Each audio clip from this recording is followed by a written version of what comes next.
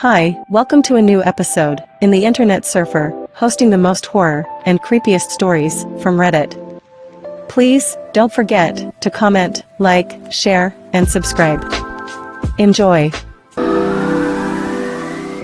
What is your scariest travel story? Nothing terrible, but in 2012, I was in Trelew, Argentina. The plane got in at 10 p.m., data didn't work in other countries, and there was no automatic car. So, I printed out directions, drove a stick shift, in this town that they were convincing me was dangerous. I got lost. Good and lost. 45 minutes into a 15-minute drive. It's Sunday night, nothing is open. The car is stalling out at red lights, etc. I saw a pizza shop open. I go to it. Rush in. In broken Spanish, I start crying and saying I don't speak Spanish, and I have no idea where I am and where I'm going. I can't drive the car. Older 40s, woman looks at young 18, person, and makes a shooing motion. Man gets IN, the CAR with me. I'm small female, 30-ish at this point. He wants to drive. No way. He gets me to the hotel. Wonders aloud how I managed to drive the wrong way down a one-way street, and I'm half a block away from my hotel. He gets me there, hops out, and walks back to the pizza place. I would never have found the place on my own. It was going north-south and needed to be east-west, and having a strange guy get in my car late at night is nothing I normally would ever do. But there's good kindness in the world too. Those two people are good people. I wish them many blessings on their family. My first time traveling solo, I had ventured all over Europe and felt as though I had seen all the sights on a typical traveler's trail. I got a little too confident in my abilities and decided to venture to Košice, Slovakia, arriving in the night at around 10 p.m. When I arrived, my phone wouldn't load with anything, but luckily I had taken a photo of the map to get me to my hostel. Feeling proud of myself for taking a screenshot of the directions to my hostel, I arrive at the hostel and am immediately humbled to see that I have missed the check-in hours. I call the number on the door, nothing. I try to catch the attention of someone I see inside, nothing. I even venture down the street, hear a house party, and call up the young adults just to have them hear my calls and say they can't help me. So, I decided to retrace my steps back to Main Street, which leads to the train station in one direction and the plaza in the other. I figure my best bet is to stay where there are more people, lights, and maybe even a hostel. As I was traveling, I realized that the people I deemed most trustworthy in times of need were women, around my age, as they had a better chance of speaking English.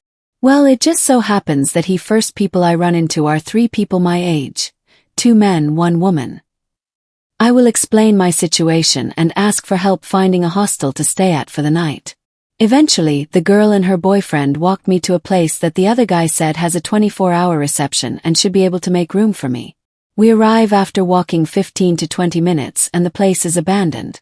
At that point, I tell the couple that my plan is to just sleep at the train station or park or something. The woman insists that I am not safe to do that in this city and points to all the creepy men that start to show at nighttime. Up until that point, I had felt confident that I'd be fine, but this girl painted a vivid picture of what might happen if I didn't find a place to stay. I asked if there are hotels and even asked to maybe stay the night at the woman's apartment. The woman says that because it's her 19th birthday in a few hours. Yup, I ended up spending part of her birthday with her. And her boyfriend, who I come to learn she has known for 5 days and been dating for 2. And for some season her 16-year-old brother is staying with her that night. She doesn't think it will work. But the boyfriend gets to work calling every hotel and hostel he can, trying to explain my situation and find somewhere I can sleep. Well, apparently the town is having its music festival or something, so even for the places with reception, they are fully booked. After probably 7 calls, the boyfriend finally finds a place for me to stay, but there's a catch.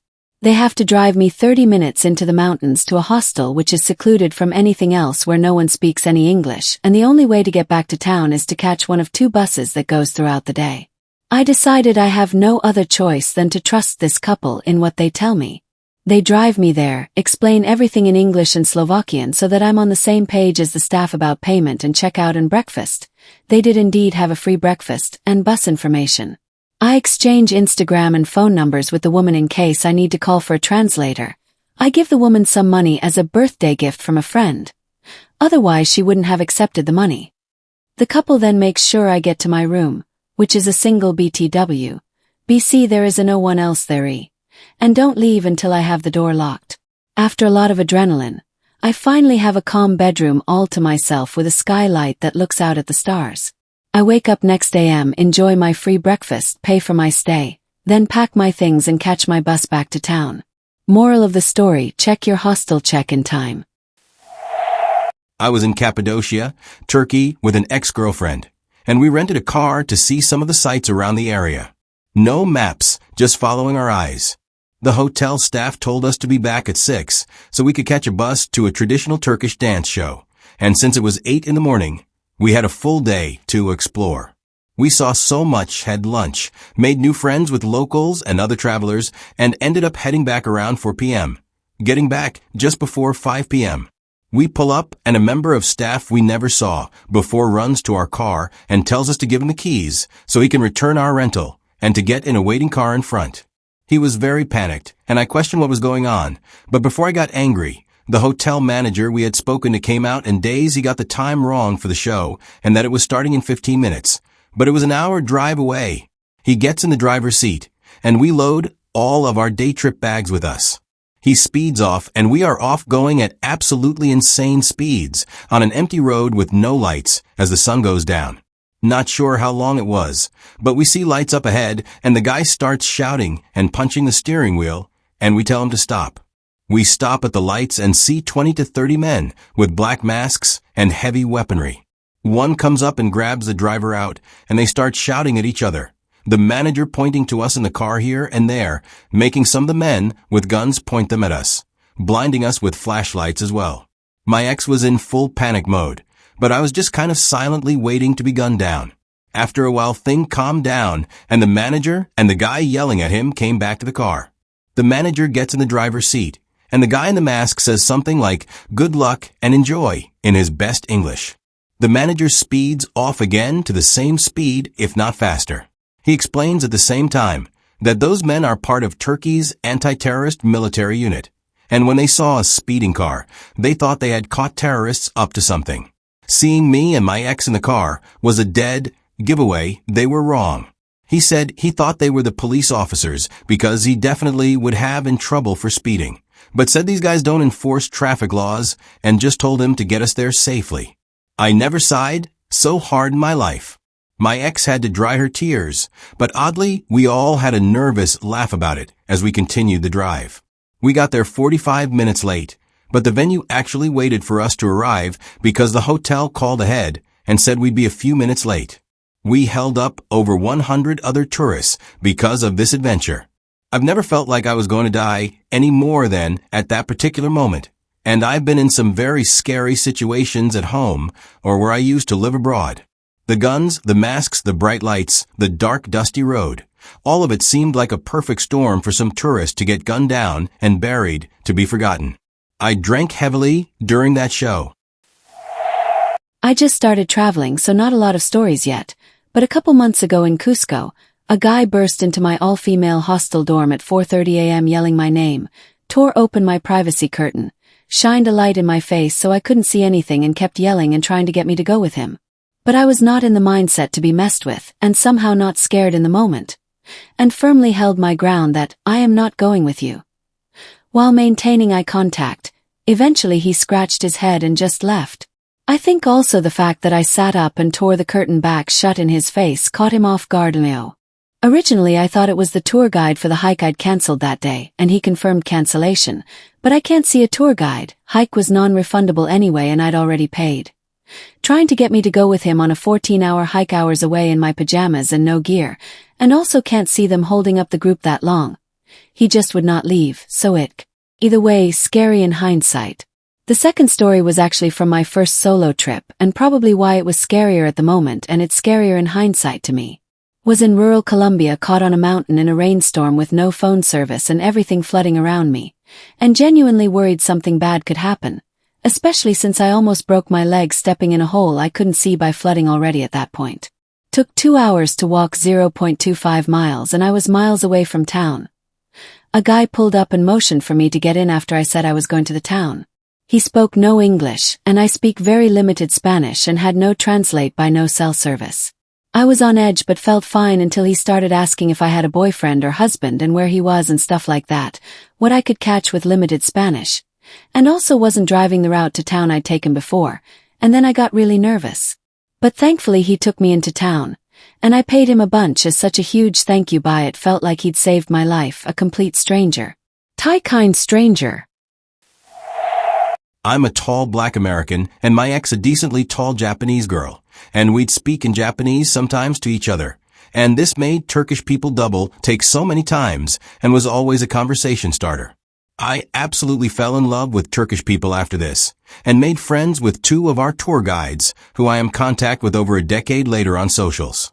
Her and I got similar treatment in Paris despite the stereotypes of how rude they were, but if anyone heard us speaking Japanese, we'd get the double take, and then sudden kindness.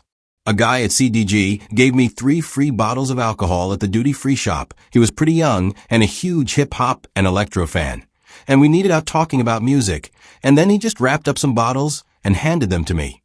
Had someone show us a secret entrance to the Louvre by the Seine River, and when I was at the Versailles Garden solo, a family next to me lent me a bottle opener for my wine since I forgot it and shared some food with me.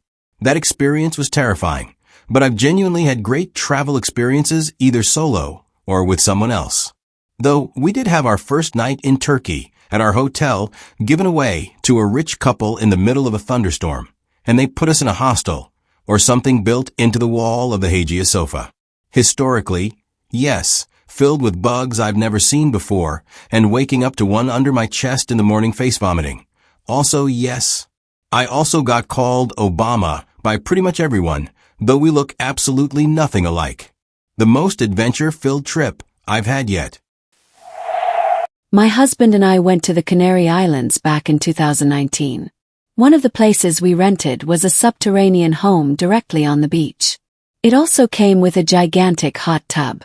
Well, to make a long story short, when we arrived there was a gaping hole where the hot tub should be. We were pissed.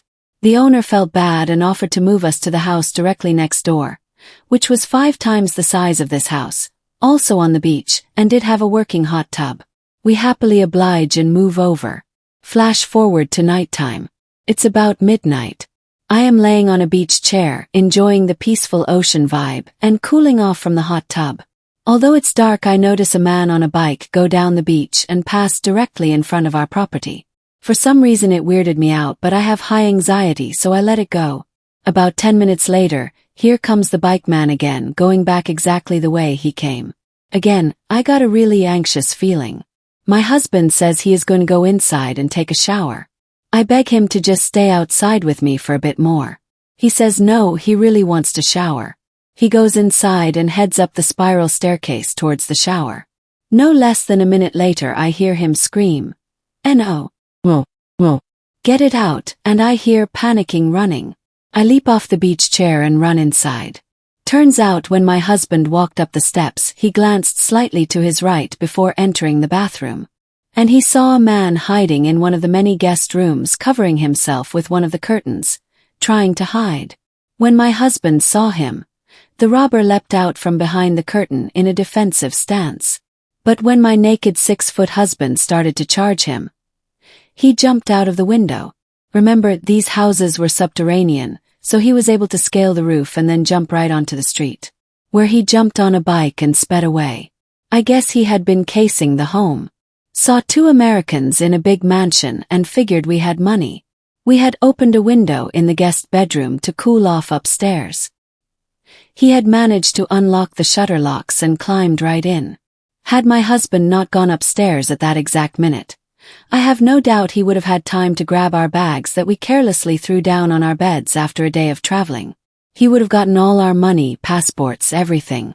One of my biggest fears has always been someone hiding behind a curtain, or in a closet, or under a bed. This experience fully unlocked my neurosis, and I slept with a butcher knife under the mattress for the rest of our trip.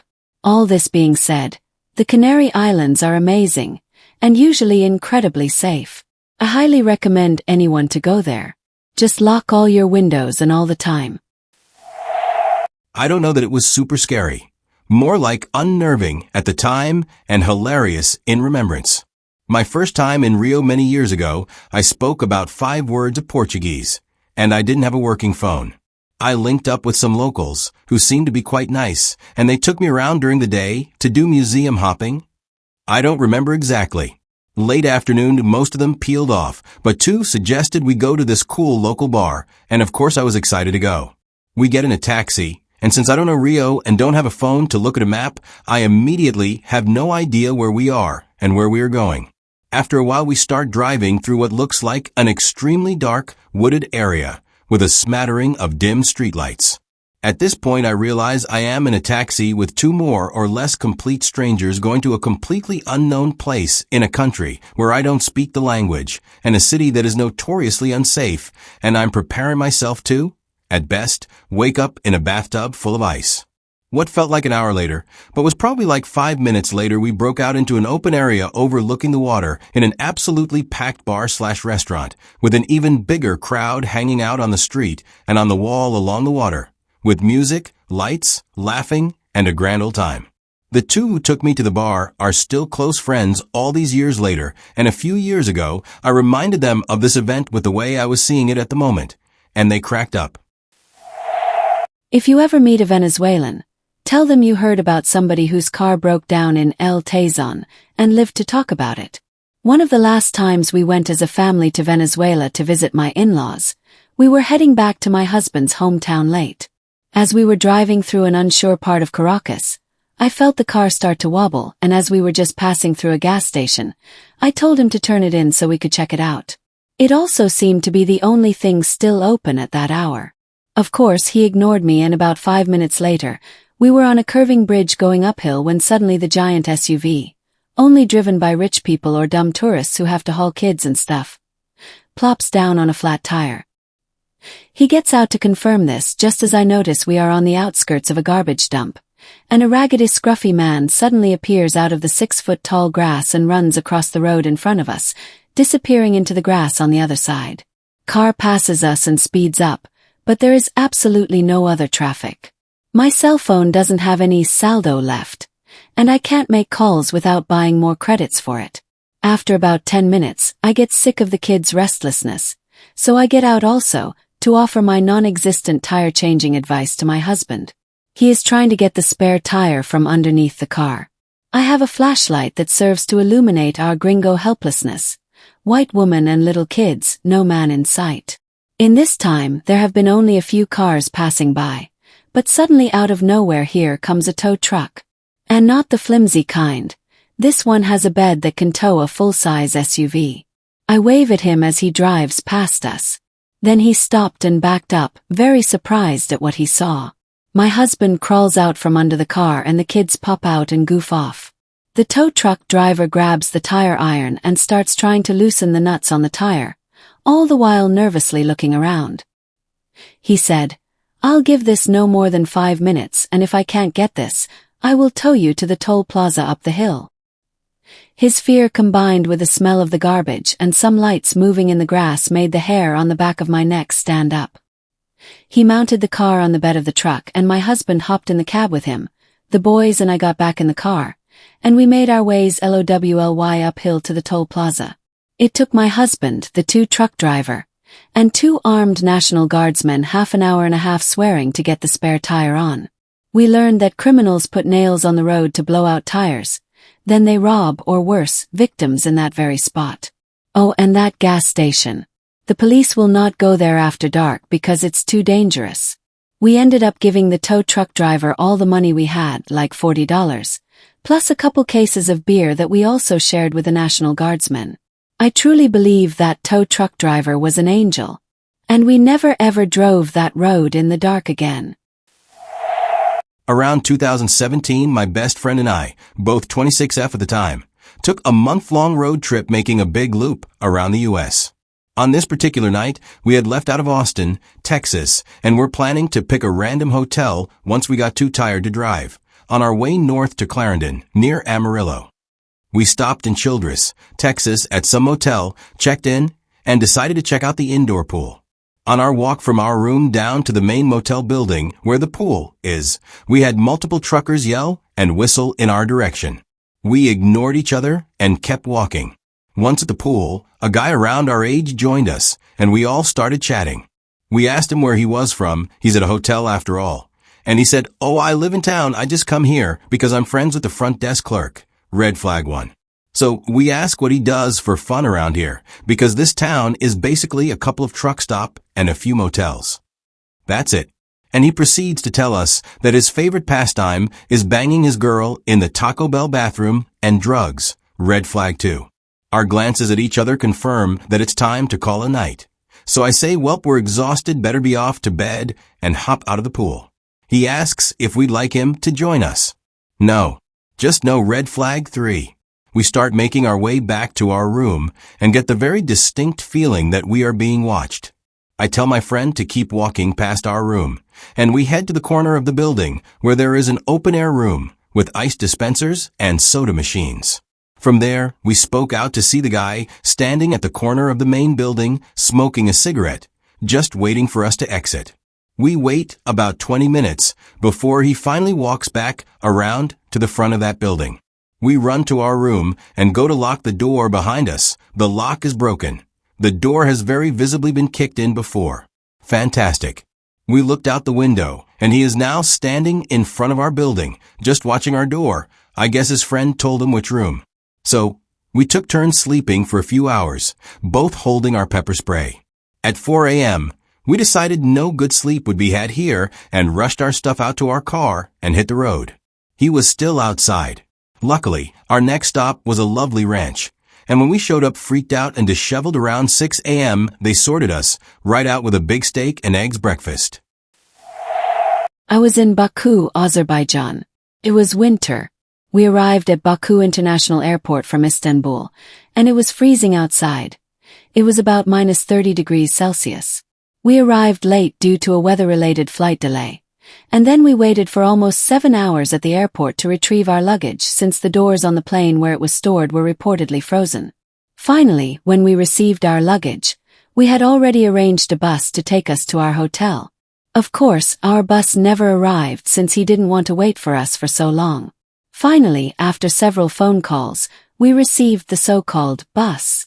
With freezing conditions outside, we boarded a bus more than 50-year-old with cracked windows and broken doors that were open all the time. We were going through the traffic, and the bus's brakes were as functioning as its doors.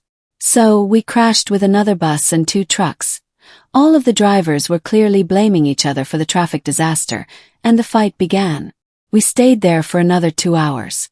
Finally, we decided to get a taxi so that we could finally arrive at the hotel and rest from all of the unexpected events that happened.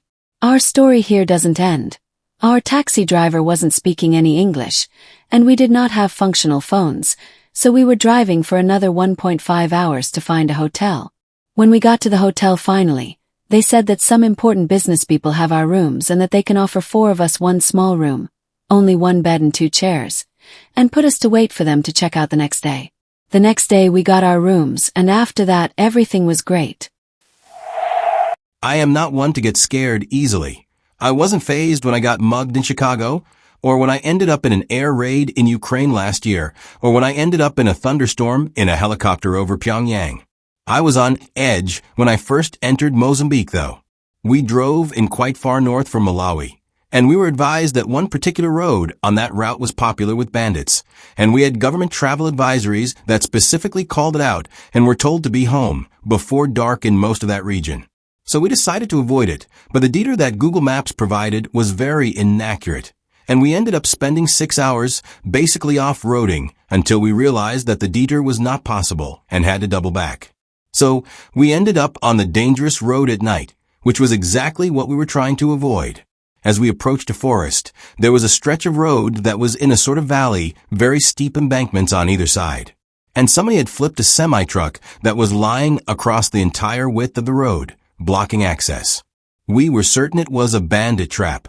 Thankfully, my friend who was driving didn't miss a beat and powered us up the embankment and around the truck at full speed.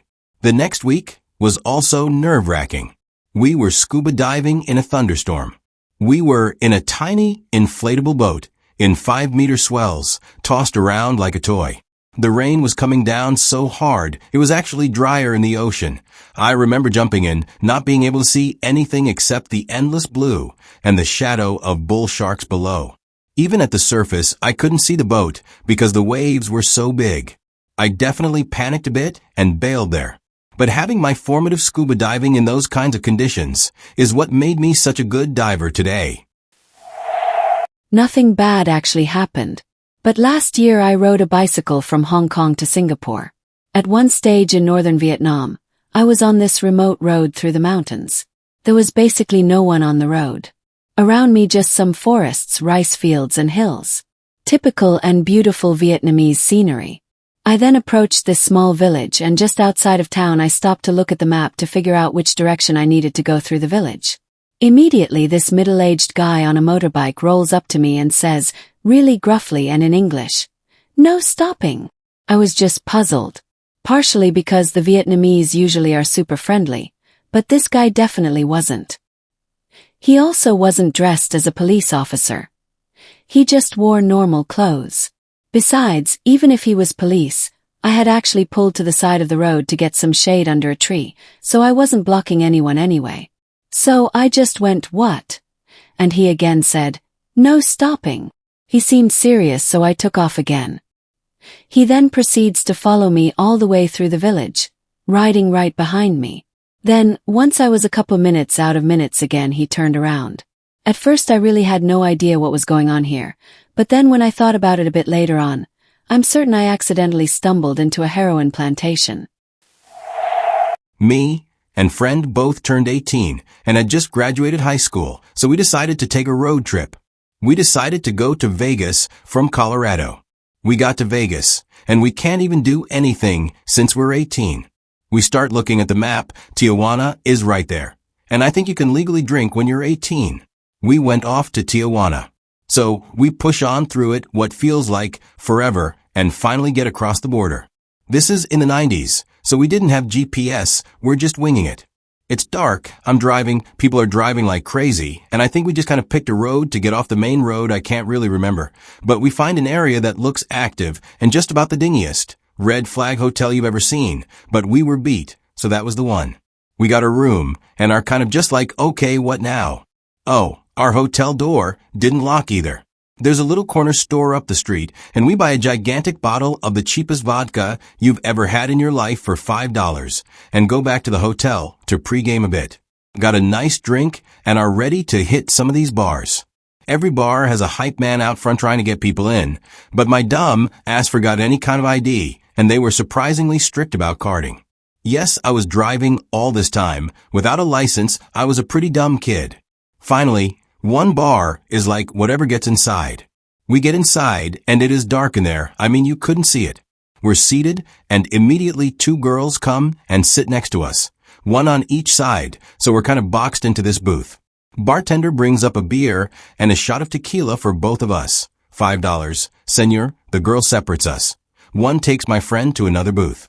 $5. Senior, the girl next to me is rubbing up and down the inside of my thigh. $5. Senior, I'm getting unsure vibes now and stand up and go to friends like, bro, this am not we got to go now. He protests because this is basically what he was hoping for, but I got him to leave. That was the only bar that would let us in, so back at the hotel we went to our vodka.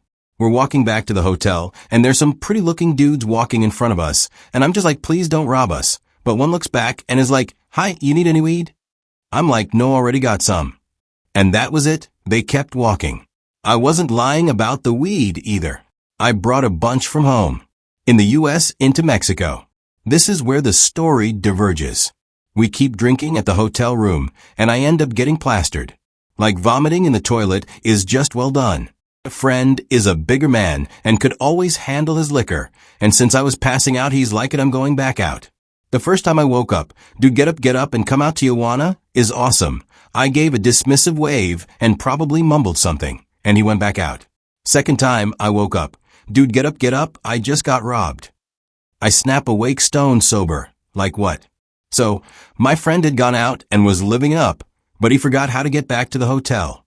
He starts asking around for directions or help, and a guy is like, "Oh yeah, I know where your hotel is. Hop in my van. I'll take you over." Buddy gets in the van. Immediately, his new host starts grabbing at his pockets, and friend pushes him off and gets out of the van.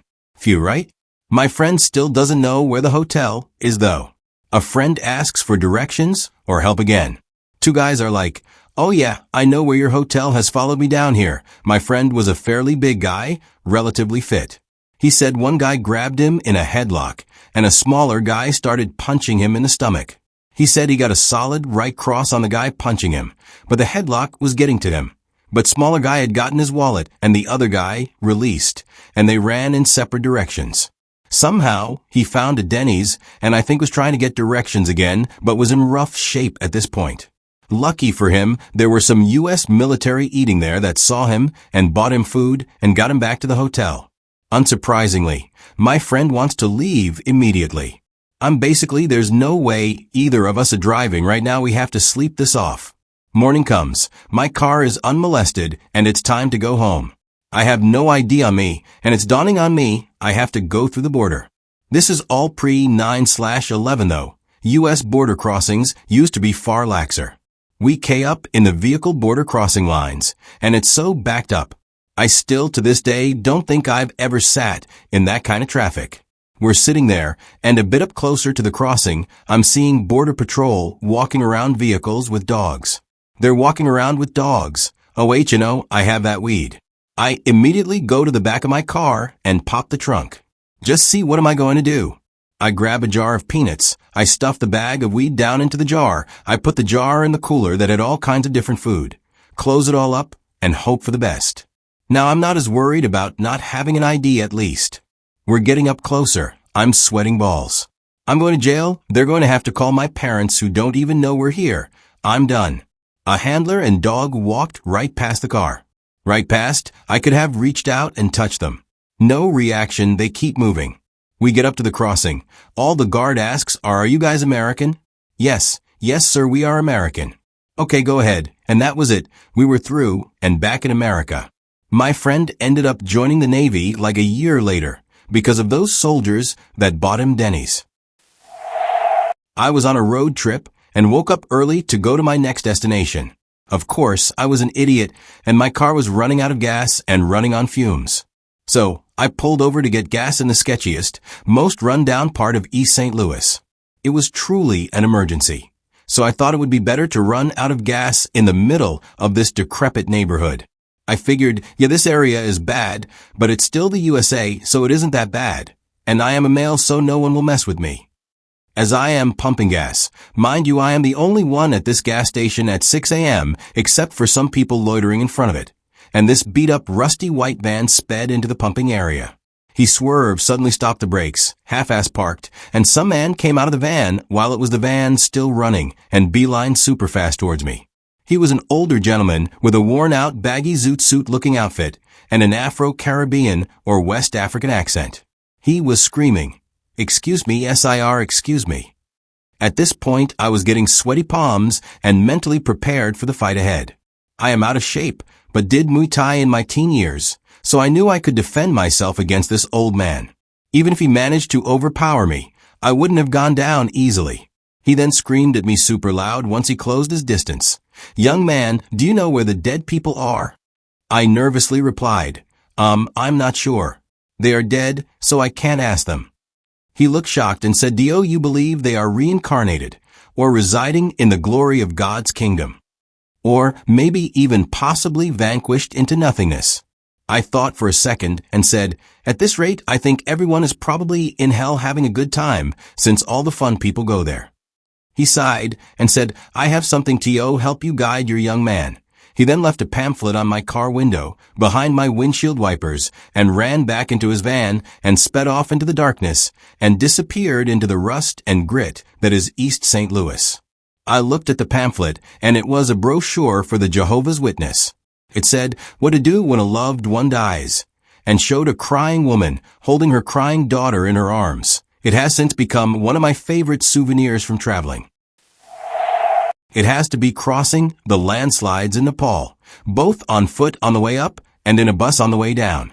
We were doing a 2-week trek as part of a longer trip in Nepal, but this was right at the end of the wet season, So a lot of the roads up the mountains were washed out by landslides and vehicles couldn't get through. So our bus couldn't take us all the way to the usual start point of the trek. So we get off early and hike up the roads instead. We had to clamber over multiple landslides where boulders would just fall and roll down the mountain at any given moment. The moment I will never ever forget is after I had crossed the landslide with a friend who I swear saved my life by holding onto my rucksack, as we ran across to stop me slipping and falling off the cliff, was when I turned around and watched my best friend at the time start crossing, turn to look up the mountain at this huge boulder crashing towards him, and then take one step back out of its path as it bounced right past where his head would have been. I can still remember the sheer panic and terror and my heart leaping into my throat and my body moving towards him of its own accord even though he was meters away and there's nothing I would have been able to do. The 2 weeks trek itself was awesome, albeit not quite as death-defying as that moment. On the way back down the mountain, the roads are obviously still washed out. This time, the bus picks us up and starts driving us down the mountain. We found a landslide. The bus driver asks us all to get off and stand by the side of the road. The bus then reverses around the hairpin bend we had just driven round, and the driver floors it, accelerating all the way round the bend and over the landslide, the bus tipping and shaking like anything. Then we all walked across the landslide and got back on the bus on the other side, like it was normal. Honestly, we were still teenagers on this trip, and I know teens feel invincible in many ways, but seriously, we did some stupid things in Nepal. Miraculously, no one got hurt at any stage of that month-long trip, not even a twisted ankle. I've had a load of other sketchy moments, like creepy guys following me back to my accommodation when I was solo in Peru, our bus hitting a cow in Cambodia, crazy border crossings into Laos, driving a car down a road in Lanzarote that slowly turned into a sandy, steep, unpaved road between fields of spiky volcanic rock with no way of turning back miles from anywhere. We literally had to find rocks to build the road as we went for the car to get enough traction to move, but I still think the moment I really thought I, or at least someone in my group, was going to die was crossing those landslides in Nepal. This happened a long way back in the early 1980s. I grew up in Switzerland, and when I was about 15, my older brother and I went camping in Italy. My brother had a car, and we drove there. Unfortunately, I had to be back from school a week earlier than he needed to be back at work. So he was going to stay an extra week, and I'd take the train back home. He dropped me off at a train station, and I took the first train north. We had anticipated that I wouldn't be able to make it all the way back home on the same day. I took my sleeping bag with me so I could just crash on a bench at a train station waiting room along the way. All the rest of my luggage I left in my brother's car. When I reached Genoa, there were no further trains north for the day. I'd never been here before, so I decided that before going to sleep, I wanted to see a bit of the city. I stuffed my wallet and ID card, needed to cross the border back into Switzerland, into the sleeping bag cover, and walked out of the train station. My first time by myself in large city.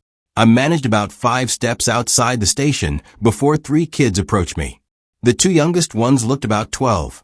The third one maybe 18 or 19. One of them held a knife to my chest while the other ripped the sleeping bag out from under my arm. I was totally panicked.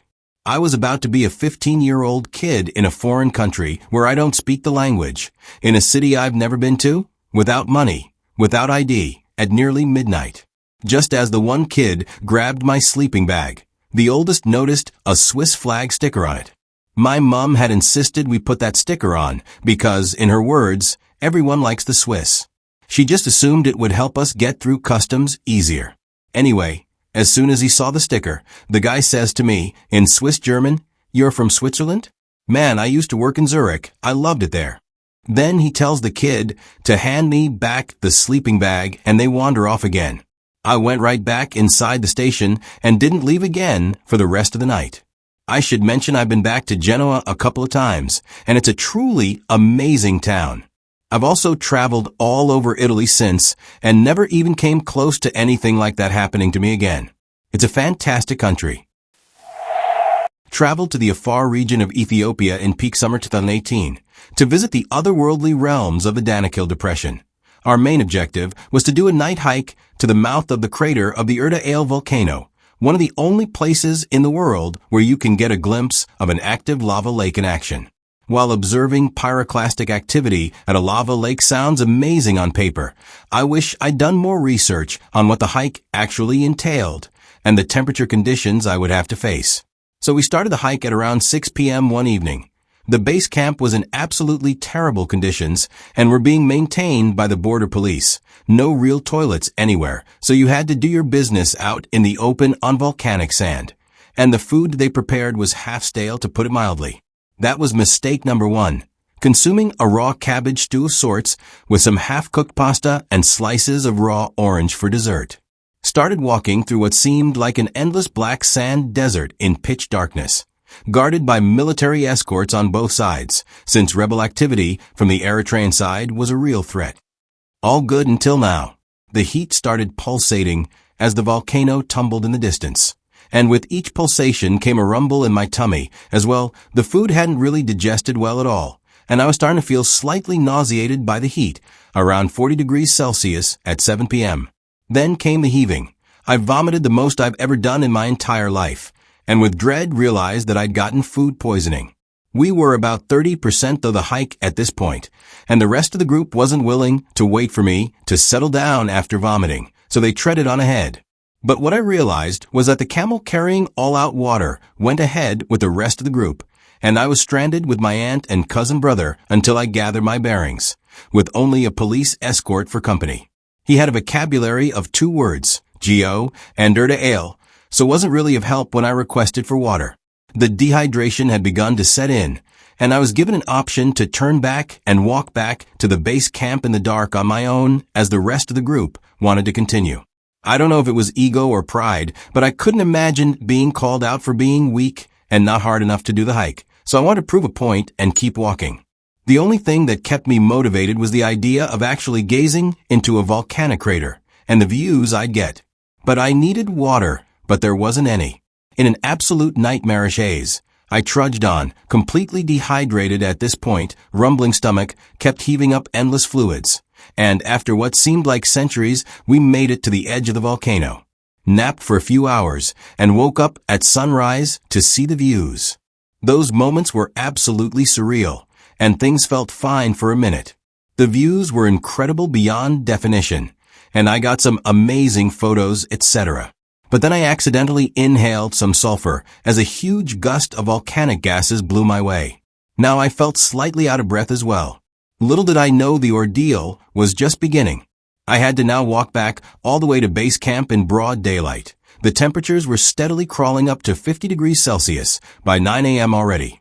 Now dehydrated, sleep-deprived, bone-tired, and out of breath, I got left behind yet again and had to do the entire walk back to base camp on my own with another policeman for company. These are moments that have been erased from my consciousness, and I have no idea how I made it all the way back. At one point, I was using my own saliva to keep my face cool from the overbearing heat and squeezing saplings to get moisture. There wasn't any water yet again except for the bottle I had, which I finished in a single gulp. Somehow I made it back alive, and I have no idea how. Now I live in constant PTSD about running out of water, and it drives me insane when a bottled water isn't around me. I was on a solo 6-month budget backpacking trip around Europe and Asia when I was 26. It was my first big trip alone, but thankfully by the time this happened to me, I was over 3 months in and not new. Anyways, I took the slow boat from Thailand to Laos. It was an amazing couple of days, and I met some awesome people. I was more of a planner back then and liked to have accommodation booked prior to arriving at a place. I'm not sure why I didn't book through Hostelworld as normal, but I booked my accommodation for one night and thought I'd figure the rest out once I got there. We get off the slow boat after officially arriving in Luang Prabang, and my friends head off in search of a hostel, and I head off in the direction of my accommodation. It is getting dark. Google Maps lead me to a place where I can't really tell if it's the correct place or not, but it's showing I have arrived. I walk into a family, and I say the name of the place, and they nod and lead me to a room. The whole back end of the place is under construction, but I'm just so tired I collapse on the bed and fall asleep. I woke up on the middle of the night, so thirsty for water. I checked my phone and noticed I got an alert from Booking.com that I didn't show up for my accommodation. I go out into the main room to search for water and open the fridge to just a huge trash bag of bloody, who knows what. It's leaking out of the bag and there's just blood everywhere. I am sort of scared at this point, so I go check the front door and it's padlocked from the inside. I cannot get out. So, at this point, I text my parents my location and then my freaking phone dies. I go back to the room and the electricity isn't working. I'm like, OMG, I am going to die for sure, but somehow I eventually fall back asleep until the morning. All while my parents are freaking out on the other side of the world. In the morning, I collect all my things and GTFO and go to the other place my friends are staying.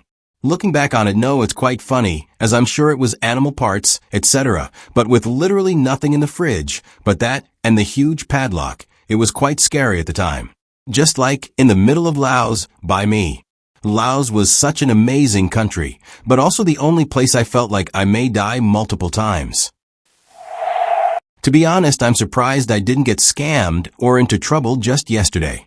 I'm in Turkey, was talking with a guy who knows the city well. I told him maybe I should try a hammam. Anyway, to be brief. He calls someone, tells me he knows a 5-star place I can go to. Then he tells me, okay, I have to go home and change clothes. Just wait here with my friend. The friend didn't speak English, and I have very little Turkish. 5 minutes later, a car pulls up and the driver says, I'm from Adam, not real name, get in, I'll take you. In my mind, I'm thinking, well, this is how I get defrauded badly or have an interesting story to tell. Anyway, I got in. We drive for 15 minutes to a decent hotel. He takes me through the staff-only entrance. Sits me down with a guy who I guess runs the place, and they try to have me spend way too much money. I was very firm and said no, just a basic cheap thing to try it. Then I have to get changed and leave my stuff in a locker, which in my mind I'm like, yep, they definitely have another set of keys for this, and my stuff is in the locked locker. Anyway, it turns out I didn't get scammed, certainly had a strange experience in the hammam though. I know when I shouldn't trust things like this, but I keep doing it and have never been defrauded yet. Probably will end up bad one day. My wife's a fan of El Clon, a Brazilian soap. And the reason pretty much we even went to Morocco at all. Particularly, she wanted to see the tanneries because I guess they looked pretty in the soap. I've never watched the soap. 2 things we learned afterwards. Number 1, the tanneries in the soap were filmed in phase. Number 2, they are awful smelling and not as pretty as shown in the soap. We took a walk toward them during the day. And you know that feeling when you no longer see tourists but mostly locals, and that sensation where you feel you walked into the wrong part of town? Well, this was during the day, so of course you had children coming out of school yelling to give them money. Anyway, it was an awful experience altogether, not to mention the feeling of dread when they give you a tour you never asked for, and then correlated into a shop you have no intention of buying from. We were pinching hand, this close from just throwing money on the ground and running away to the nearest exit out of Medina and onto the main road. The pushiness of these people in that specific part of the media made us feel like we were done for and possibly even get clipped. It was a downright awful experience. That's not the scary part. The above is just setting the tone for how awful that place is and surviving it. Fast forward a couple of weeks, end of the trip, and we returned to Marrakesh to spend the night as our flight out was the next day. We arrive at the train station at 9 p.m. or so, and after several minutes of haggling over the price with a taxi driver, we showed him the address of the riad and the nearest reference point on Google Maps. Says he knows the place and decides to charge us about 70 dirhams. Whatever, it was kind of late. We were tired. We had suitcases. We hopped on. It should have been a straight shot from the train station to the riad, but man decides to take the long way around. And by long way around, I mean around the Medina. I figured whatever, as we had agreed on a flat fee rather than what they are supposed to do, which is use the meter. But no. I guess meters are for locals and overpriced flat fees are for tourists. Guess where he decides that this was the address where the riad was? Yes. The exact same gate we took to exit the Medina several days earlier. He had taken us to the tanneries. Late at night. With less people around and you can hear cats mating and or fighting. Of course, we recognized the location and argued with the driver that this is not clearly where we needed to be, and to drive us to the correct location. Naturally, he argues it is the right location even if I showed him the location of the Riyadh, red dot, and where we are, blue dot. Some other man approaches the taxi. They ramble in Arabic. Me and my wife still held our ground and refused to exit the car, and by now we're getting agitated and frankly scared.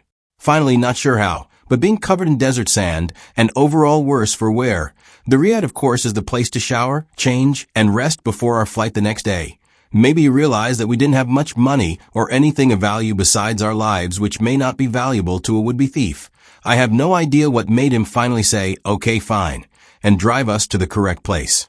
I don't even remember getting out of the cab and checking into the hotel. I was just numb from the experience, and once I calmed down, I started to think, what if we didn't know that that was a bad place?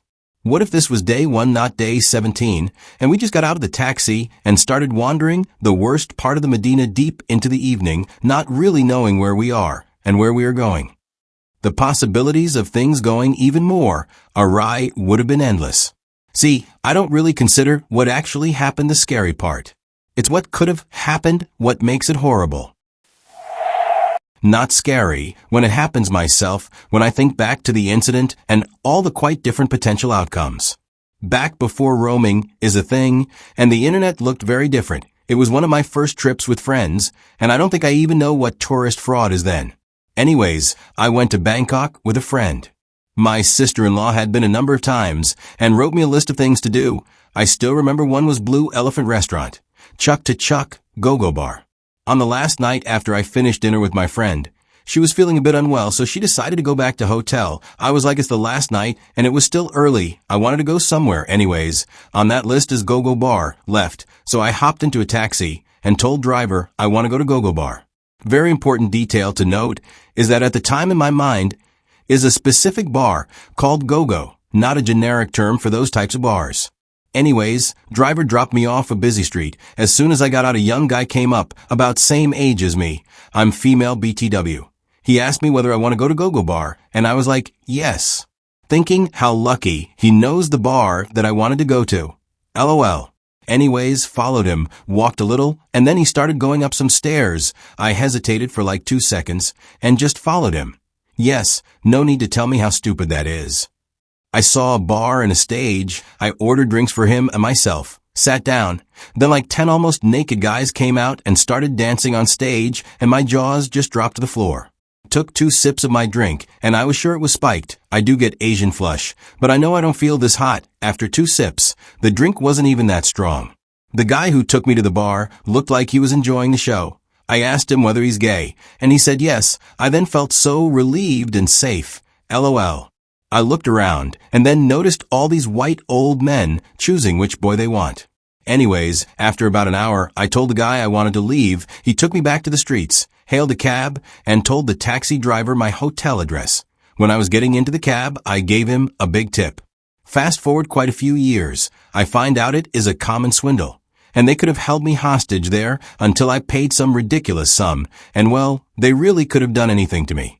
I still count my lucky stars that the Thai guy I met was not some really dodgy character, and I got out completely unscathed.